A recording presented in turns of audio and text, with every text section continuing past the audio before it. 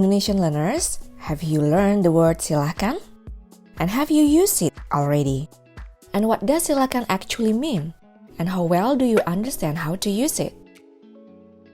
Maybe you have learned that silakan means please in English. But why many people still use it incorrectly? Well, that is because that is not how we learn a new language.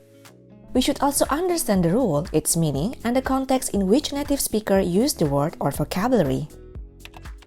According to the Great Indonesian Dictionary, silakan is a polite way of giving instructions.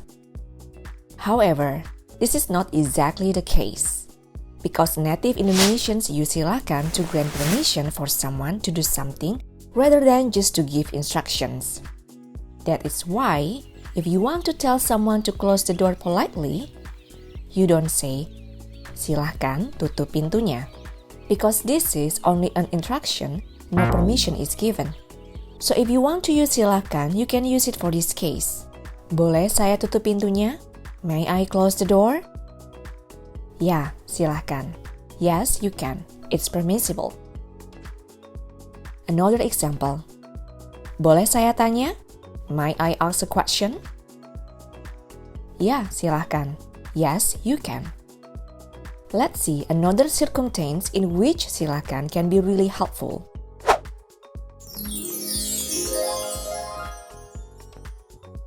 If you have a visitor and you want to give them permission to enter your home, sit in your chair and have a drink, you can say, silakan masuk.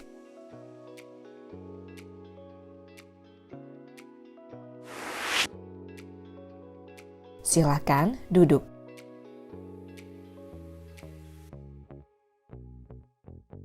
Silahkan minum. Well, I hope you now have a better understanding of how to use silahkan like a native speaker, and don't forget to practice. If you have any question or comment, silahkan tanya dan komentar. Sampai jumpa lagi di video selanjutnya.